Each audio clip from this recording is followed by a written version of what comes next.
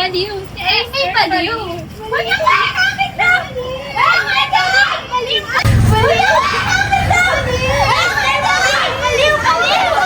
Hindi ako baliw! Hindi ako baliw! Batang to! Hindi ako baliw! Ano naman? Hindi ako baliw! Ito lang ba, Esther? Pagpasensya ko na mga bata pa kasi yun eh. Kumain ka na ba? Huwag ka nadala akong tinatay. Bakit ba kasi palagi mo nagay sa temper mo? Pwede bang patigin? Oh, hindi na. Sorry. Ano naman? O siya, sige, una na ako. Pupunta lang akong palengke. Dadaling ko pa to. Mag-ingat ka ha. Ubusin mo yan.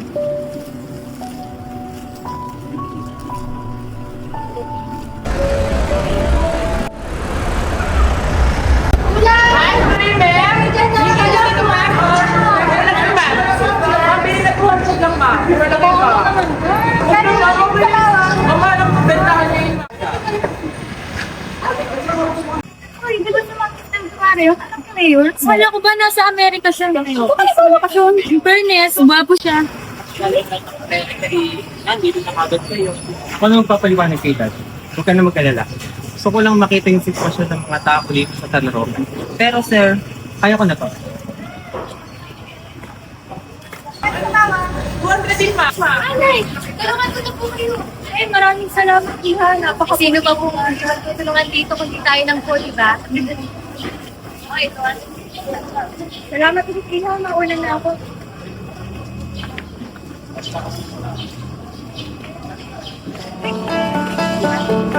Ay, sakit ko. Are you okay, miss? Nakakapitan tayo sa sarili. Ikaw na nga yung tutulungan ko padali. Is there a problem? Sa akin.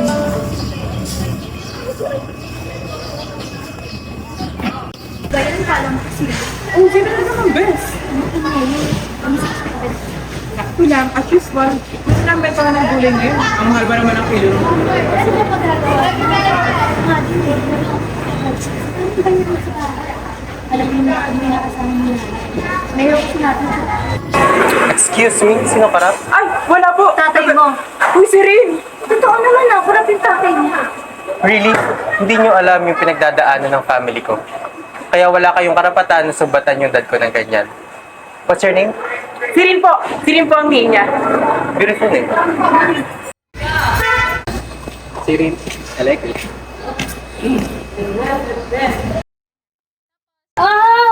Ang harsh kaya ito sa kanya. Mukha naman siyang mabait. Mag-sorry na lang kaya ako pag nakita ko ulit. Ano baka sabihin mo, rupok ko. Sarin, ba't mo naman kasi sinabi yun? Baka naman wala siyang kinalaman sa ginagawa ng tatay. O meron. O wala. Nakakainis ka na. Siya ba to? Saan niya nakuha FB ko?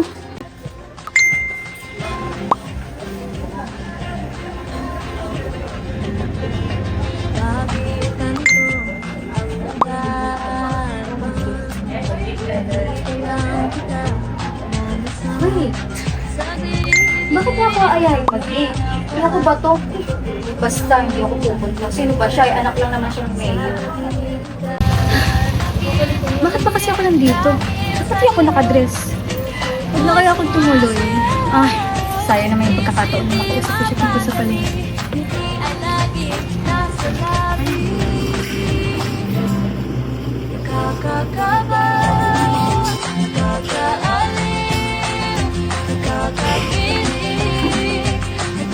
Okay ka lang? Hindi na ako sumuka.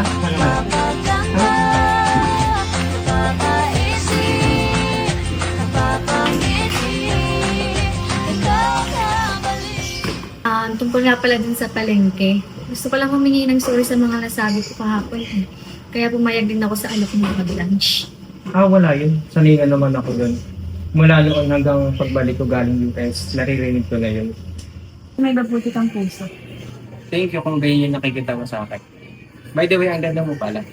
Salamat. Nga pala, ano bang gusto mong pag-usapan tungkol sa palengke? By the way, umorder na pala ako. Habang inihintay natin yung serve, usap muna tayo. About pala dun sa palengke, gusto ko sana malaman yung concerns nyo since isa ka dun sa nagtitinda. So, kung nalaman ko kasi or na-observe ko na medyo magulo. Araw-araw naman magulo doon. Lalo na sa mga customer, lagi silang naahin ng tawad. Eh nalulugi naman yung mga nagtitinda kasi mahal nga ng kilo ng mga bilihin. Bukod din sa mahalang bilihin, meron pa bang problema? Isa pa sa mga problema din yung upa namin sa pwesto. Ang laki kasi nila mag-need hindi rin naman sapat yung kinikita namin. Pang isang araw lang. Kilala mo ba yung mga naninigal ng buwis? Tauhan sila ng daddy mo. Kaya gano'n na rin yung pag-asta ko sa'yo na nakita kita sa palengke. Akala ko kasi gano'n ka rin. Tindihan ko. Ako na yung humihingi ng pasensya sa mga nagawa ni Dad. Pero gagawin ko yung best ko para masolusyonan yung consequences. Pero hindi ko sigurado kung papakinggan ako ni Dad. Salamat ha. Matagal ko kasi kami nagtitiis sa hirap ko kasi malaking upa. Yung iba nga ay nagtitinda na sa tabing kalsada kaso tinatapon ito ng mga opisyal kasi nga bawal. Nakakaaway yung mga tao sa santaro. Sana naman bukas okay na yung bentahan. Ano na naman to? Nakakaso, laban period, diba? May wala naman talaga silang ginawang kasalanan. Wala naman talagang karaban-laban yung mga iba niya eh. Gumagawa lang yun ng skandalo. Yung mga nawalan, yung namatay dahil sa operasyon nila. Ganun na lang yun.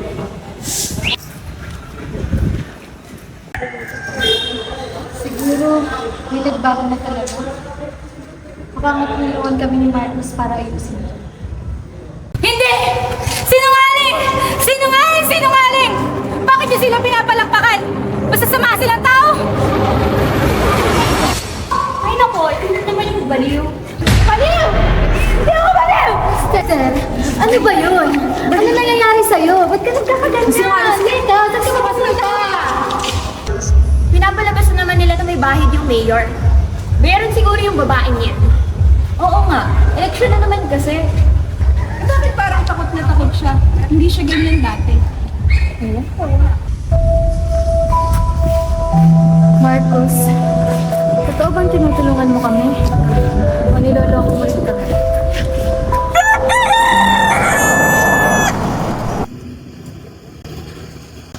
Nay, ayos mo ba kayo? Tato, mahaba yung pila sa cellphone. Hayaan mo na anak, mabuti nga at libre.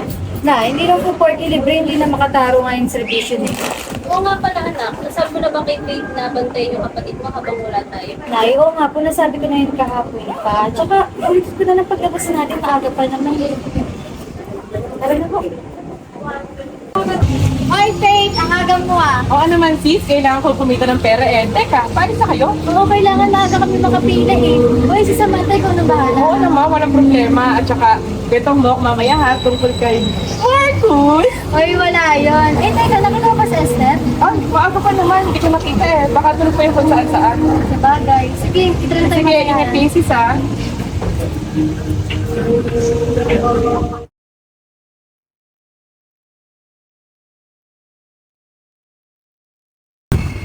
Bakit ko nga pala hanap si Esther anak? Wala naman, Nay. Kahapon kasi, bigla na lang siya umiyak. Tsaka nagagalit. Ewan ko, sinusumpong na naman yata. May sumpong, may nangasar ba sa kanya? Wala naman, Nay. Baka nabingi lang din sa mga usapan kahapon doon sa tapat ng barangay. Pinag-uusapan kasi nila yung kaso kay Mayor Del Guevara. Ano ba yan? Tagal-tagal naman. Nagpapawisan yung anak ko, anong oras na? Alas 8 pa kami dito eh. Wala pa ba si Doc? Tagal-tagal nga eh. Wait ka lang ba na? Nakapita mo na talaga dito. Tuka ko na. Pamangayot ka. Ayos ka lang ba? Oo, medyo nangari lang kasi medyo mainit lang din. Alas 12 na kasi. Sige, bibili ko lang kung kain natin. Nakakuha akong pamaypay natin. Init sa sito. Pahuwisan ko na. Ingat na.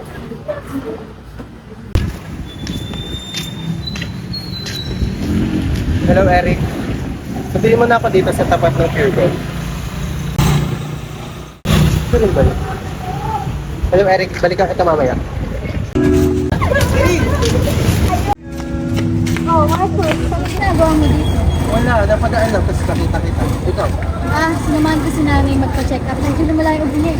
Eh ano? Anong sa kanya ng doktor? Ayun, wala. Nakapila pa rin kami. Hinihintay namin yung tawag ng doktor. Nakapila? Nakalimutan ko, anak, mayaman ka nga pala. Kasi kami mahirap. Kailangan namin pumunta ng Makati para makikita kami agad ng doktor. Saka, kumuha ko pa ang kamay pa ni nanay. Init ko na, electric pa. Sorry, Siri. Ano ka ba? Ba't ka nagsasorry? Di mo naman kasalanan. Huwag ka mag-alala. Tulungan kita ma-isolate yung concerns ng healthcare facilities. Sure. Hello? Ano nangyari? Ha? Lali?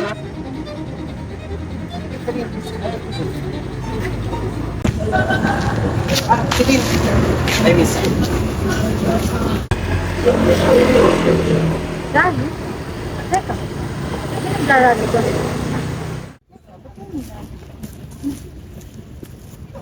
Nandito tayo ngayon sa Carabesa Province na kung saan nakikita ang mga nagrarally na biktima na nananawagan hustisya pagbabago sa laban na pamahalaan.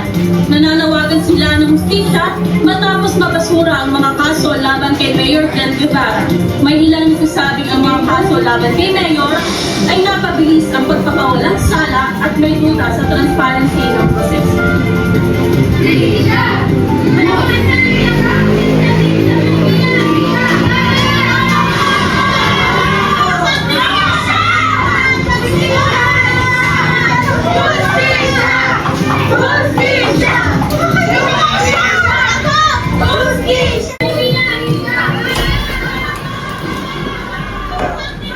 Eh di kung may nagrarally na pamilya ng mga biktima, edi ibig sabihin totoo lahat ng kaso ni Mayor?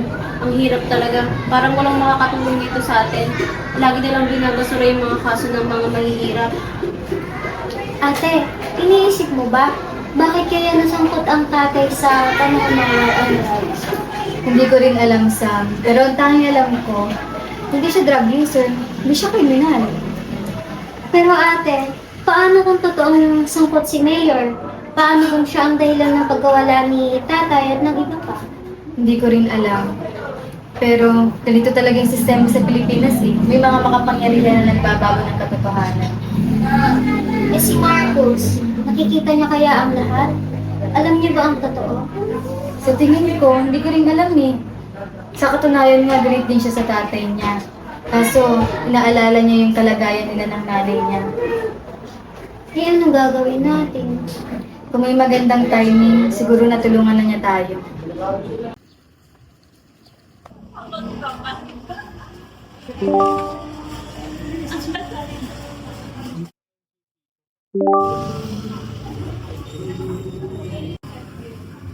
Tao po!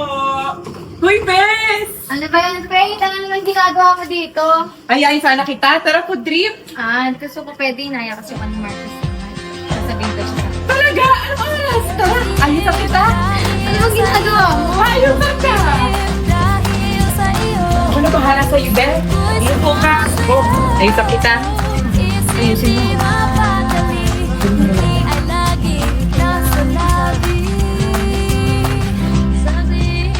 Huwag mo ka pa lang ha.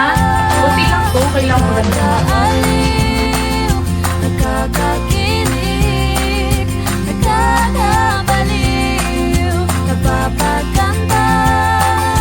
Totoo? Ano ba yan, Faith? Hindi ba sobra naman to? Hindi ang ganda nga, oh. Mag-uusap lang naman kami eh. Maganda ka dapat kahit mag-usap lang kayo ni Marcos. Hindi mo ba nakahalata? Bet ka ni Marcos. Hoy, baliw, wala akong interes sa mga ganyan. Di mo ba nakikita? Ang gulo na nga eh. Tas may sakit pa si nanay. Kaya wala akong interes ngayon. Ano ka ba? Wala namang masama kung mag-aayos ka rin sarili mo. Oo na, sige na. O siya, magpalit ka na. Oo, umalis ka na. Guys, pa. O sige ha, magpalit ka na ha. Bye-bye! Next time na rin tayo mag-food trip. Bye!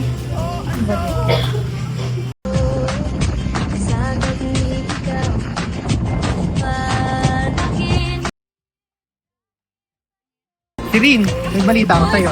Ang good news yan ha. Gusto ka makilala ni Daddy mamaya kung pwede ka. May problema ba? Wala naman. Pagod na. Sirin, may problema ba? Punta kasi kami sa RH kahapon. Kaso, kami tinanggap na daw eh. Punta naman kami sa ibang hospital. Kaso, nalis na kami kasi walang hawak. Sorry, hindi ko alam na may pinagdadaanan kong ganito. Ba't ka nagsasorry? Wala ka naman kasalanan. Tsaka, yun talaga yung buhay. Pag wala kang pera, kawawa. Alam mo minsan, naiingit ako sa'yo. Sa akin naiingit ka kahit ganito yung buhay ko. Oo, kasi kahit ang dami mong pasan sa buhay, pinakaya mo pa rin.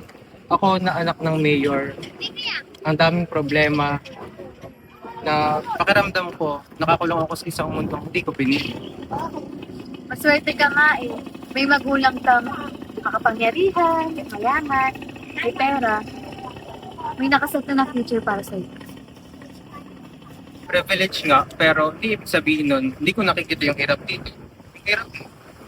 Alam mo ba, dito natagpuan yung tatay mo. Sige. Sa lawan. Sorry, hindi ko alam. Ano ba? Ba't ka nagsasorry? Hindi mo naman kasalanan. Hindi mo rin kasalanan na anak ka ng mayor. Pero alam mo, yung panahon na droga, wala siyang laban. Wala siyang armas. Wala nga siyang droga eh. Kaya kahit isang kita, kukunin ko din. Kaya dapat, patuloy lang tayo lumaban. Sige na nga, kahit na ako makilala yung daddy mo. Naulan na.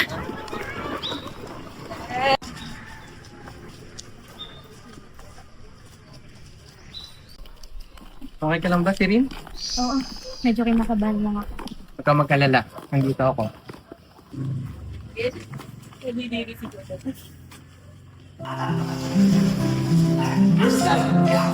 That's po, sir, si Mayor. At si Madam naman po nag-hahanap. Tayo, ma. Hello, son! Hi, Sir Lee! Finally, na-meet ko na yung palaging pinagkwento ng anak ko. Salamat, Madam. Naku, tawagin mo na lang ako kita ha. Napakaganda mong bata eh. Ay, o siya, maupo muna kayo dyan. Tatawagin ko lang yung daddy mo, Marcos. Thanks, ma'am.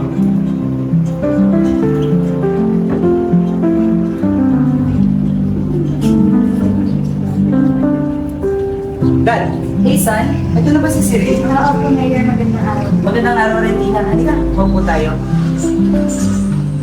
Alam mo ba, ang makababa dito galing USC Marcos. Grabe, di ko na agad ang kanyang mukhang bibig. Medyo man, binubukin mo ko eh. Nabalitaan ko pala, Iha, nagtitinda ka raw sa palengke. Oo po, Mayor. Nagtitinda lang po ako ng buhay para sa nanay at kapatid ko po. Napakabait mo namang bata. Pero nalaman po talaga kapag wala na pong magiging tahanan. Bakit? Nasaan ang tatay mo, Iha?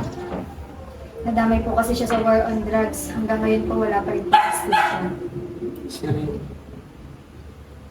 Iha, ikaw nalulungkot ko nangyari sa tatay mo. Marami talagang nadamay noon. Kung gugustuhin mo, muli natin buksan ng kaso. Tingnan natin kung may magagawang paraan para muling maimbestigahan. Talaga po? Alam mo, bilang ama at bilang lingkod bayan, tungkulin ko tumulong sa mga nangangailangan, lalo na sa kagaya mong matalino at lumalaban ng patas. Maraming salamat po, Mayor. Malaking tulong na po yun sa amin. Saka Iha, kung may iba ka pang napapansin problema para sa ating bayan, pagbigay alam mo agad kay Marcos at maaari nating solusyonan yan. At saka nga pala, mayroon kaming proyekto malapit ng Ilon sa De Marcos. Ano po yun, Mayor? Housing project, Sirin. Kasi napansin ko dito sa San Roque na halos lahat ng tao ay walang permanenteng tirahan. So, nag-decide si Dad na tulungan yung mga tao na bigyan ng permanenteng tirahan. Sa ngayon, okay na yung tirahan, yung mga titira na lang ang kulang. Sa ngayon, handa na mga bahay. Itira na lang talaga ang kulang. Baka gusto ng pamilya mo, Iha. Salamat po, Mayor. Pero yung bahay at lupa po kasi namin iniwan sa amin ni tatay. Kaya hindi po kami pwedeng umalis doon. Pero may kilala po ako na pwedeng tumira doon. Wala po kasi siyang bahay. Sino yan, Sirin? Si Esther. Ang dami nila. Oo, matagal na kasi nila hinihintay yung ganitong programa. Ayan, isang magandang gabi nga po pala sa ating lahat. Ito nga po palang libreng nating pabahay ay bagong inisyatibo ng ating Mayor Alfonso Del Gambara. Salamat sa'yo. Magandang araw po sa ating lahat. Alam ko po na matagal nang iniintay ang pagkakataon na ito upang magkaroon ng sariling pabahay ang bawat isang pamilya dito sa ating bayan. Higit po ang aking taus-pusong pagpapasalamat dahil magkakaroon na ng seguridad ang bawat pamilya dito sa ating bayan. Ito po ay walang bayad at lalong walang kapalit dahil nasa isip po ng aming anak at aking anak na si Marcos ang inyong seguridad dito sa ating bayan. Maraming salamat po. Dad, salamat nga po pala. Walang anuman Marcos, ako nga ang dapat magpasalamat sa iyo dahil napakagandang programa ang naisip mo. At si rin Iha, maraming salamat din sa iyo sa pagtutok sa mga hinanaing ng taong bayan upang matugunan natin ang kanilang pangangailangan. Ginawa ko lang po yung tama, Mayor. Yan ang gusto ko sa iyo, diretso sa punto at talagang makakatulong para sa taong bayan dito sa Barangay San Roque. Sa nga pala, mauna na ako. Marami pa akong kailangan gawin. Salamat sa inyong dalawa. Ingat po.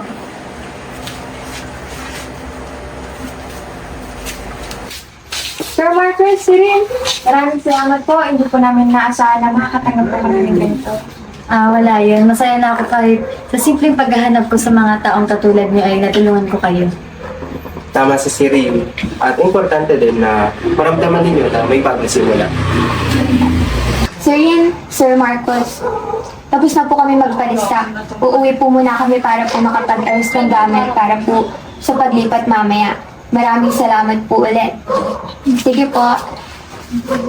Ano? Sino ba hinanap mo? Marcos, Esther. Siya kasi yung sinasabi ko na nangangailangan ng bahay. Ano, handa ka na ba, Aling Marie? Mukhang excited na yung mga anak mo sa paglipat ah. Oo sobrang excited nila sa bagong lilipatan nating bahay. Kaya sobrang thankful ako sa mayor natin. Kaya nga eh. Oh, ay na pala sila.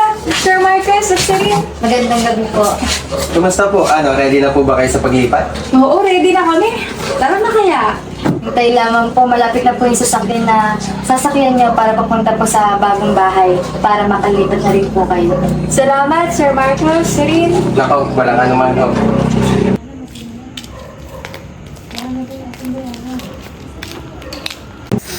Si Esther ba yun? Uy, si Esther nga. Nagsisulang po nga. Esther, anong ginagawa mo dito? Nagbago na ba isip mo? Marcos, pwede bang maiwan mo muna kami ni Esther? Walang problema, Siri. Esther, may iwan ko muna kayo. Ano yun, Esther? May kailangan ka? Kasama na ako sa pabahay ni Alfonso. Masaya ako na nagbagong isip mo. Dala mo na ba yung mga gamit mo? Oh, ba't mo binibigay sa atin ito? Mahalaga sa'yo ito, diba? Bigay ito ng dati mong nobyo.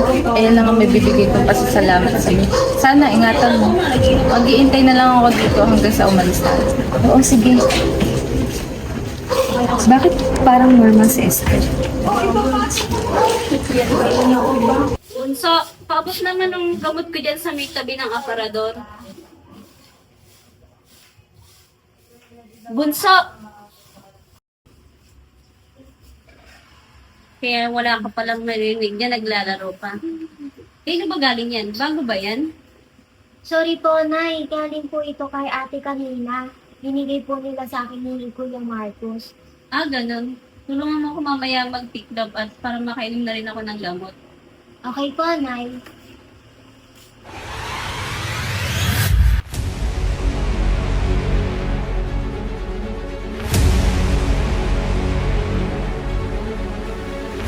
Mayor, dumating na po ang mga taong bibigyan niyo ng inyong pabahay. Pangangantay natin. Salubungan natin sila. Sige po, Mayor. Ito na pinakinantay ko. Esther? Esther, asan ka na? Esther? Balik mo yun ah.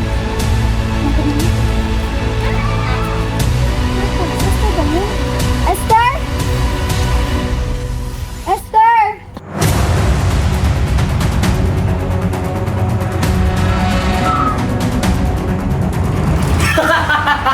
Ikaw ang hayop, Esther!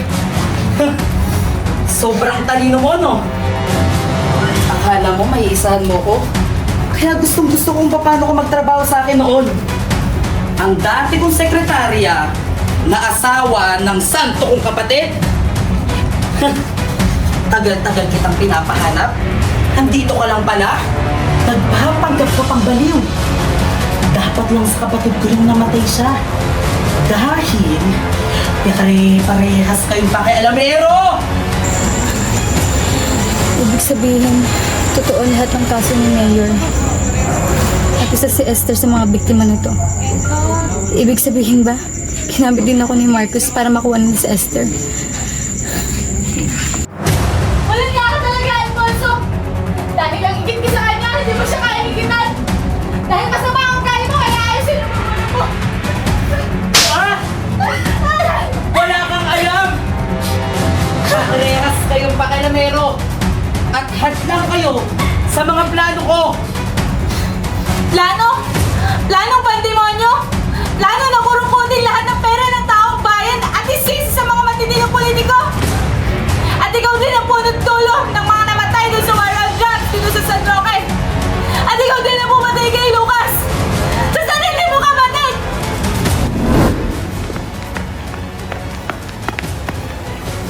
Esther, pumunta ka sa opisina niya, kuya. Kunin mo lahat ng ebidensya ng pinagagawa niya.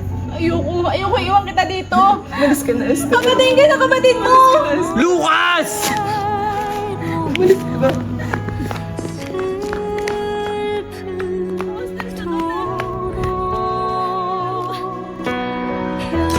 Lucas! Lucas, gumising ka! Lucas! Lucas! Gumising ka, kailangan mo pang madala sa ospital, gumising ka! Lucas! Gumising ka, kailangan mo pang madala sa ospital, gumising ka! Gumising ka, Lucas!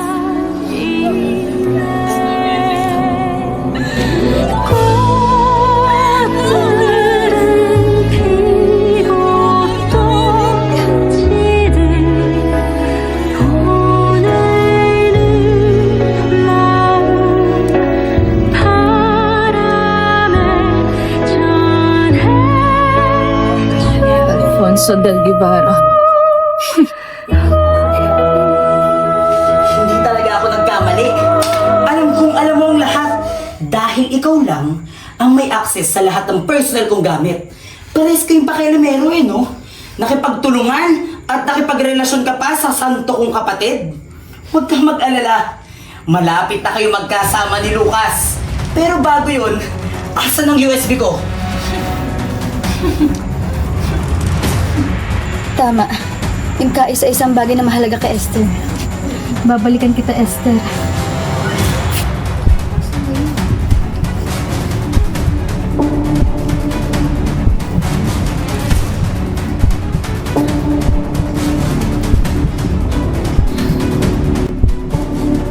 Nandito yung ebidensya.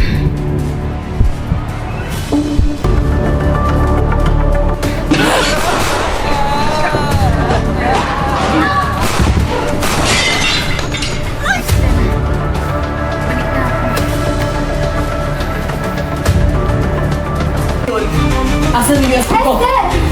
Tumigil ka na, Mayor Alfonso. Lumabas na ang totoo. Alam mo ng taong bayan lahat ng mga ginawa mong krimen. Sinungaling ka! Huwag kang mangialam dito!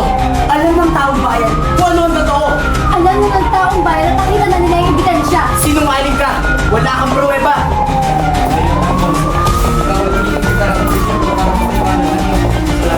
Sinungaling ka! Baliw yan!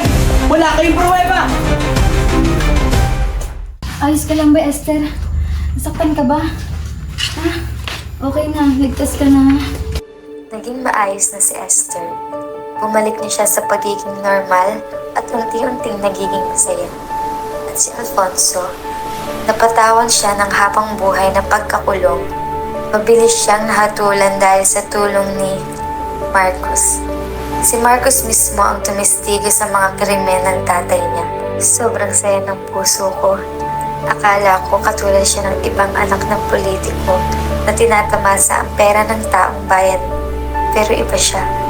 Sa buhay, mas pilitin nating lumaban sa bundong may bulok na sistema ang umiiral. May dalawa kang pagpipilian.